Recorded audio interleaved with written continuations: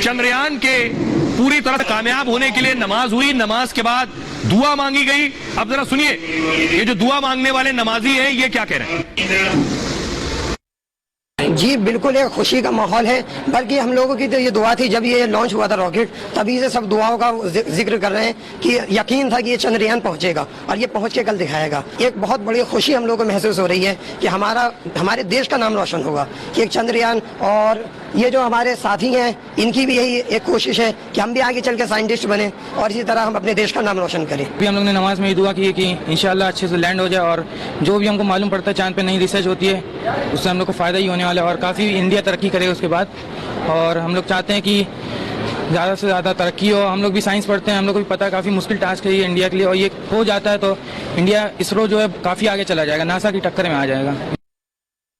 भाई अब आपको दिखाते हैं, ये आप देख रहे हैं अहमदाबाद के छात्रों को आप देख रहे हैं जो चंद्रयान के लिए प्रार्थना कर रहे हैं अहमदाबाद में। अगली तस्वीर दिखाई जरा, उरी की तस्वीर आप देख रहे हैं। उरी में स्टूडेंट तिरंगा लिए हुए हैं और चंद्रयान के पूरी तरह से सक्सेसफुल होने की कामना कर रहे हैं। अगली तस्वीर दिखाई जरा। भाई अब मैं आपको दिखाता हूं कि आखिर जब बच्चों की बात हो रही है, छात्रों की बात हो रही है, तो मैं आपको बताने जा रहा हूं कि आखिर कभी आपने सोचा है कि भारत का कनेक्शन चांद के साथ एक और भी है। बचपन में हमारे देश में बच्चों को लोरी सुनाई जाती है चंदा मामा दूर के।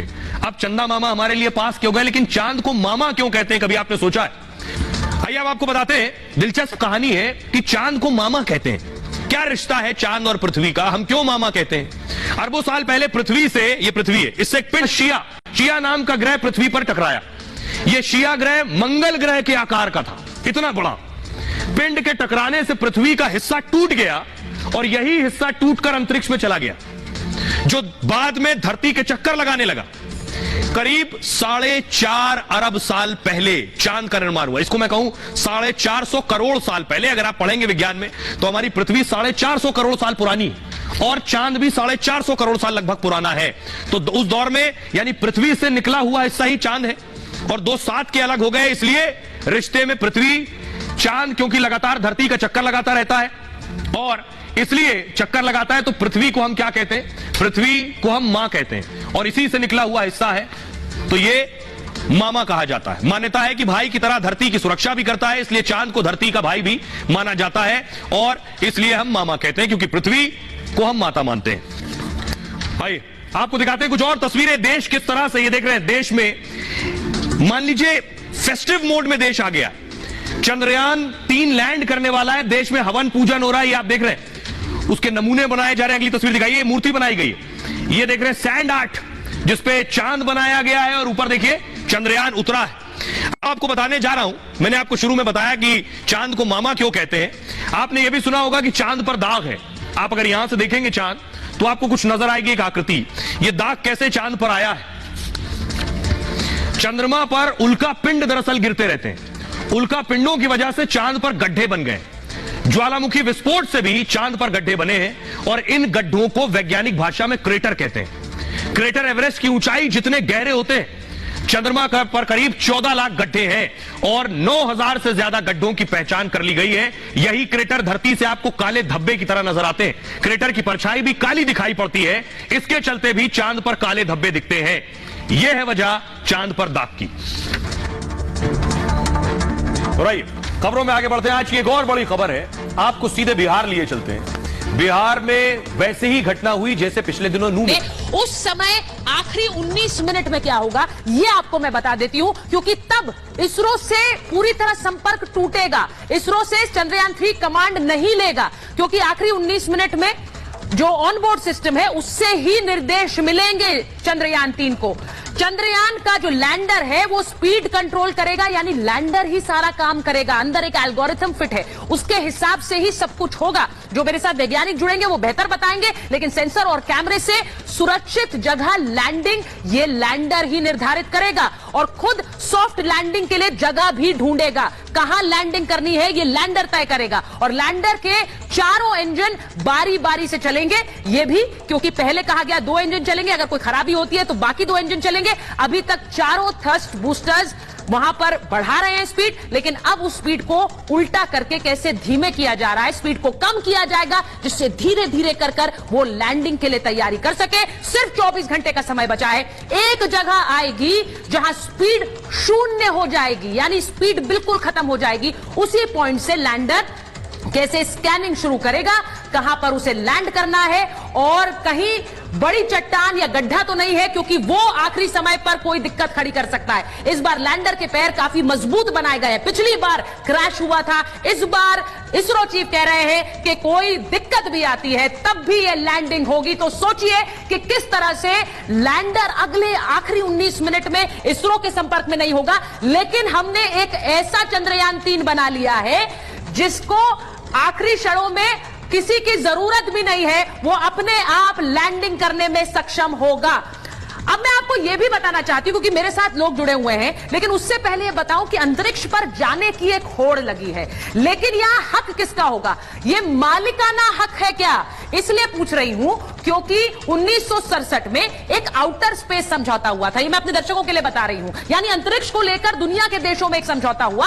अंतरिक्ष पर कोई भी देश दावा नहीं कर सकता है।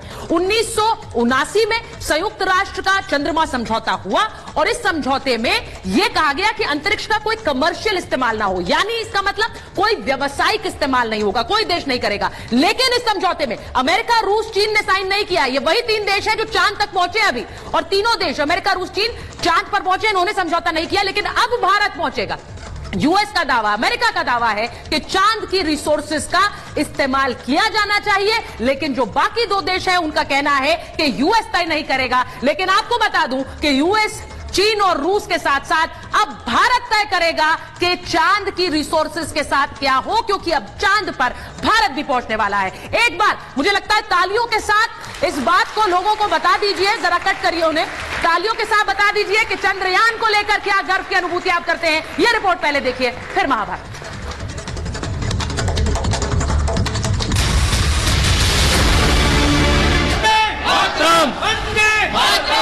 माता की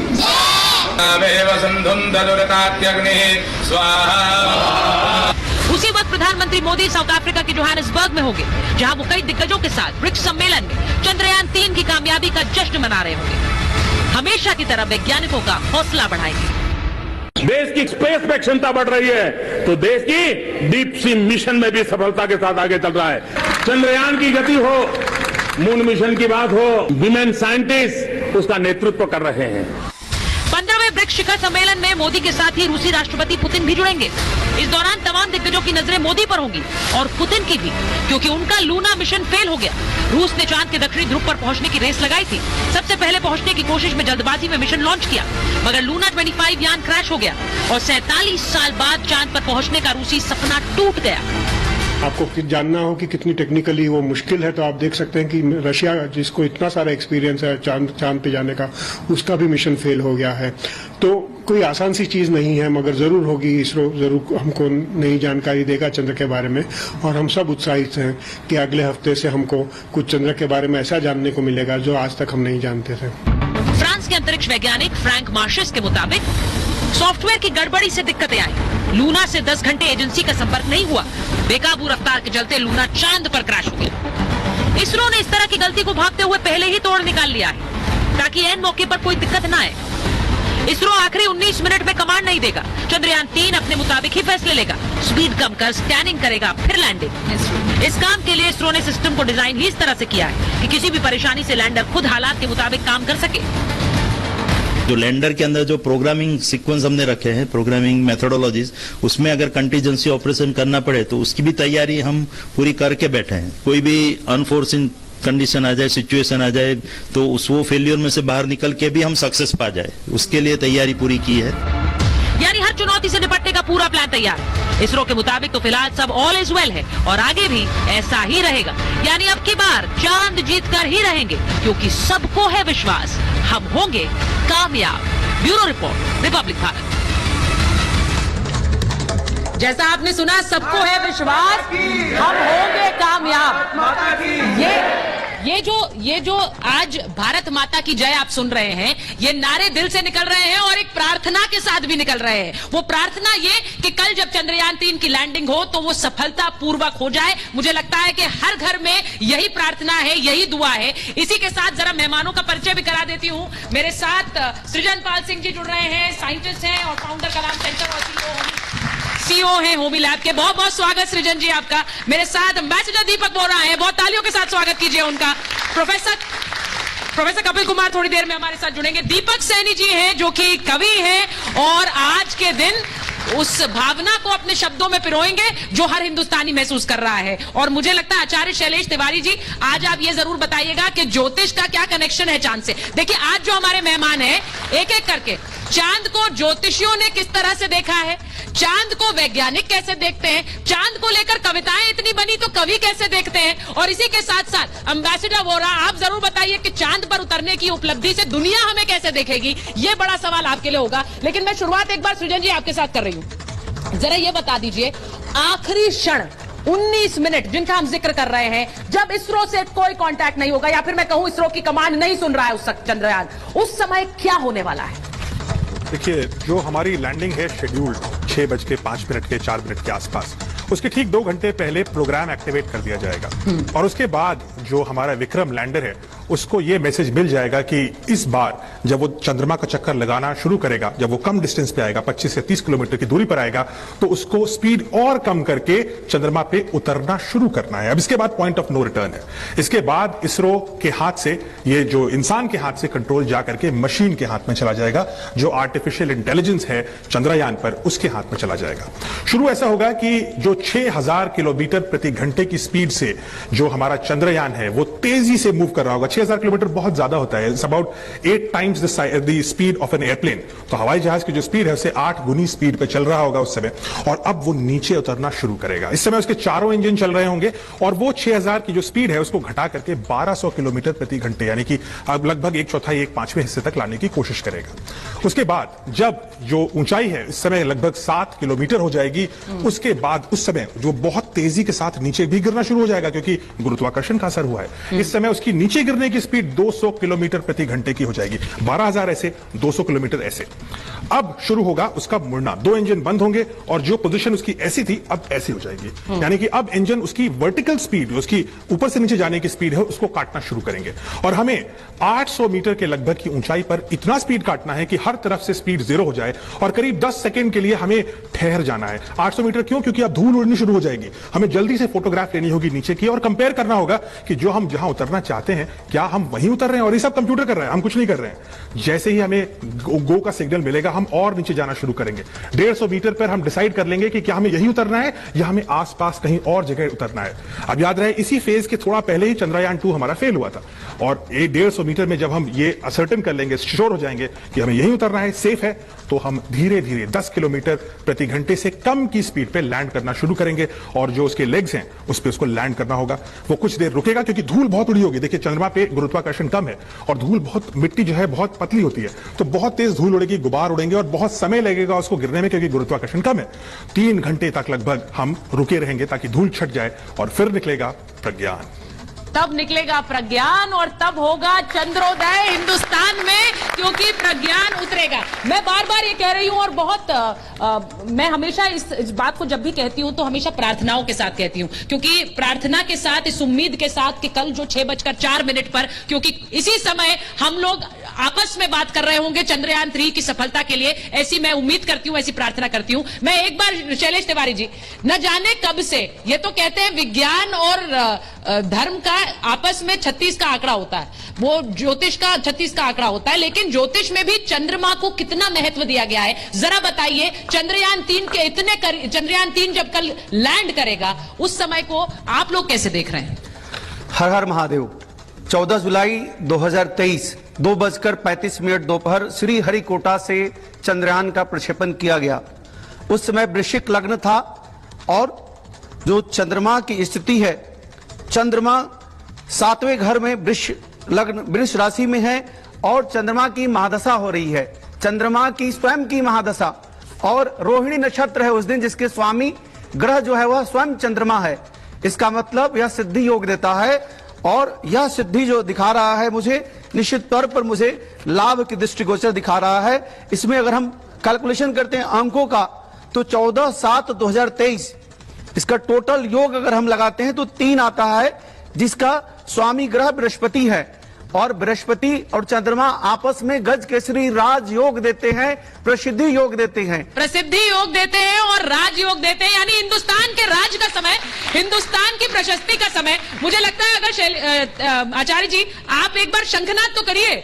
बिना शंखनाद के कैसे कल 6:04 का मुहूर्त तो निकल गया है, वो शंखनाद तो होना चाहिए।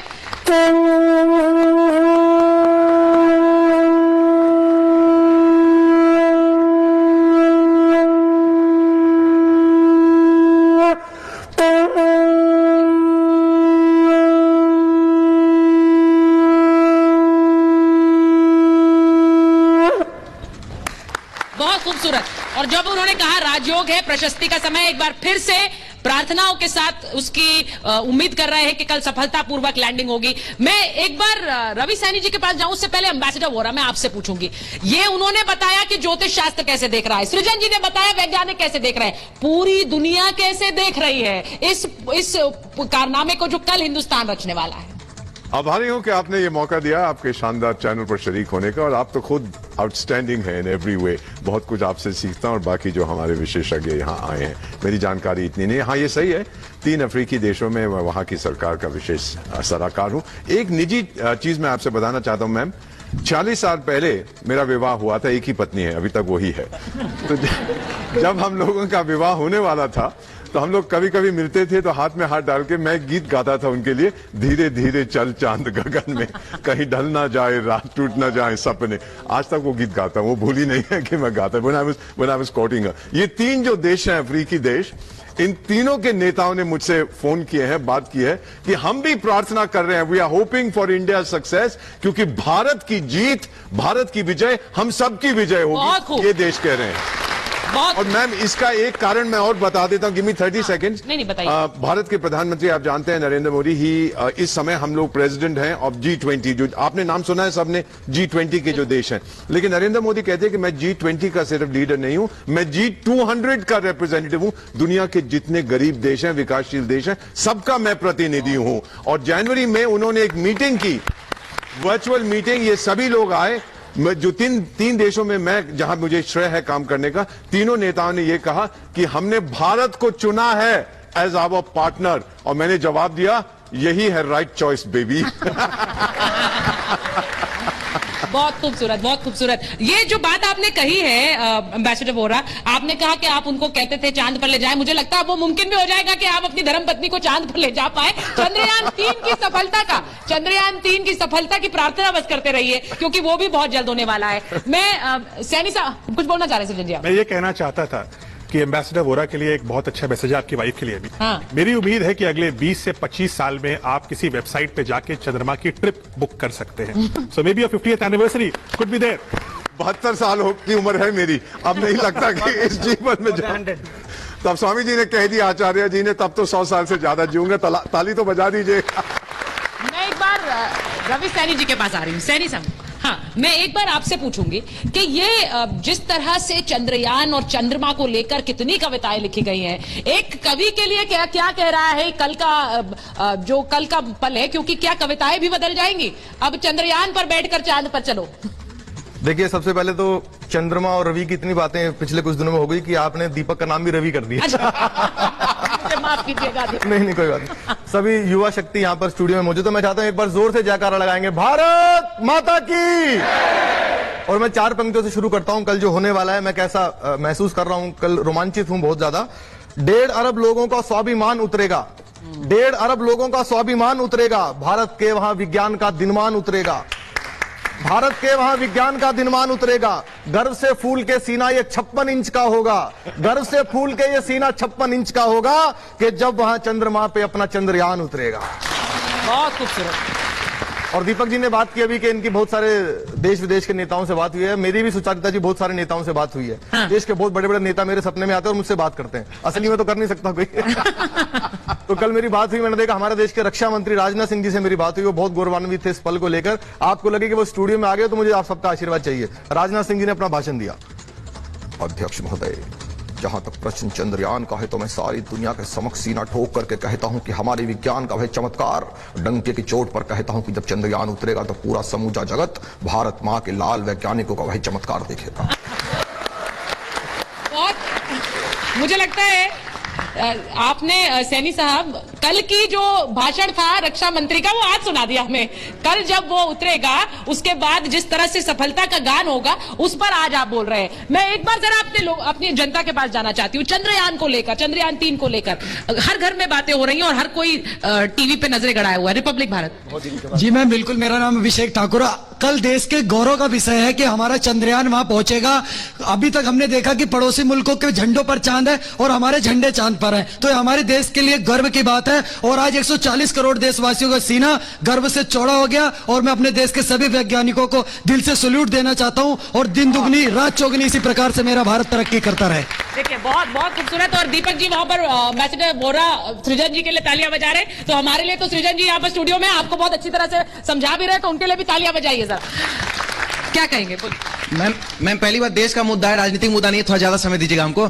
मैम आपको मुझे समय चाहिए होता। मैम 1966 में जब पहला बार मून पे से फोटो आया था तो उसमें कुछ क्लियरिटी नहीं था, जबकि वो फ्रॉम दी सरफेस से था। ठीक है, आज नियर दी सरफेस अगर फोटो आया 2023 में तो पूरा क्लियरिटी से हम लोग पूरा देख पा रहे हैं वहां क्या एलिमेंट है क्या नहीं है, पूरा देख पा रहे हैं। कहीं ना कहीं साइंटिस्ट हमारे बहुत अच्छा काम किए इस पे, और साइंटिस्ट इसरो के साइंटिस्ट खुद बोले हैं कि अगर इंजन फेल भी हो गया ना तो भी लैंड करेगा अच्छे तरीके से, मतलब पूरा सुनिश्चित तरीके से पूरा प्रिपरेशन है। इसके लिए साइंटिस्ट को पहली बात बहुत दिल से नमन करता है, सैल्यूट करना चाहता है। ठीक है, दूसरी बात मैं बताना चाहता हूँ, पुराने जो मुल्क लोग हैं, ठीक है, जो बोलते हैं कि हम लोग का झंडा पे चांद है, आपको बता दें वो लोग जमीन पे लकीरें बनाते रह जाते हैं। ठीक है, हम आसमान पे झंडा गाड़ के आते हैं। ठीक है, दूसरी बात आपको बता दें मैम, तुम लोग कुछ भी कर लो भाई, हम लोग का झंडा जो है चांद पे है और हम लोग का ही रहेगा। इसके लिए भारत माता की जय फिर से लगाना चाहते हैं। बहुत बढ़िया, बहुत बढ़िया। बोलिए जी। मैं चौथी पांचवी क्लास में पढ़ता था, तब मैं कुछ मुझे लगा बोल रहे मैं चौथी पांचवी क्लास में नहीं पढ़ता था, तब मैं मैंने पढ़ा था, पड़ोसी मुल्क के चंद्र पर गए थे। आज इतना गौरवती पल है मेरे भारत के लिए कि मैं इतने स्वर्णिम समय में हूँ कि मैं भारत का तिरंगा चंद्र पर लहराते देख पा रहा हूँ। जी बिल्कुल सही बात है। हम में से कई ऐसे हैं जो उस समय देखते थे और उसके बाद आप में से कितने लोगों ने सुना होगा तब कि देखिए कैसे बाकी जो देश हैं वो जा रहे हैं चंद्रमा पे। आज जब हमारा देश जाता है तो वो गर्व अलग ही है। बोलिए सर। हाँ, बैठकर भी बोल सकते हैं। मैम पहले नमस्कार आपको और आपके सारे जितने भी हैं हमारे। देखिए मैम आप बहुत लकी हैं, कल 6 बजे ही चांद पे यान उतरेगा और सब लोग देख रहे होंगे, पूरे विश्व के लोग देख रहे होंगे, सारे सबको सब बधाइयां और खुशी जता रहे होंगे। दूसरी बात यह है कि जो हम वैज्ञानिक, मैं पहले सैल्यूट करता हूं पहले अपने सैनिकों को, किसानों को और वैज्ञानिकों को सैल्यूट करता हूं मैं, जिन्होंने इतने आर्थिक परिश्रम करके भारत का नाम इस झंडे के साथ ऊपर किया है उन्होंने। और मैं हमारे मोदी जी जो विदेश में है तब भी उनका दिल यहाँ चांद के ग्रह के लिए धड़क रहा होगा। और मैं कहना चाहता हूँ मोदी जी आप बधाई के पात्र हैं, जो आप हर चीज को प्रोत्साहन देते हैं और हमारा देश का नाम ऊंचा करते हैं। बहुत खूब, बहुत खूब। मुझे लग रहा है इतने सारे स्टूडेंट्स बैठे हुए हैं, आप लोग यूनिफॉर्म में हैं, आप लोग नहीं बोलना चाहते हैं चंद्रयान पर। अच्छा आप बोलेंगे सर, बोलिए। रोशनी चांद से होती है मगर तारों से नहीं, और मोहब्बत हमारी मोदी जी से है और किसी पार्टी से नहीं। आप तो पार्टी कार्यकर्ता ही बन गए। हाँ, तो सबसे पहले मैम तो मैं कहना चाहता हूं कि हमारा चंद्रयान सकुशल मतलब वहां पर लैंडिंग करे, और प्रार्थनाओं का दौर जैसा कि पूरे देश में चल रहा है तो कहना चाहूंगा कि सभी देशवासी मतलब सकुशल लैंडिंग करे चांद पर हमारा चंद्रयान, क्योंकि प्रार्थनाओं से ही बहुत कुछ मुकम्मल हो जाता है। जो बात दवा से हो ना सके वो बात दुआ से होती है, जब कामिल मुर्शिद मिलता है तब बात खुदा से होती है। अच्छा एक बार जरा मृदुल के पास चलते हैं, एक बार जरा दिखाइए महेश, मृदुल के पास चलते हैं जरा कि चंद कदम पर चंद्रमा, चंद कदम पर चंद्रमा है, 14 दिन में क्या होगा वहां पर, जरा एक बार दिखा देते हैं अपने दर्शकों को।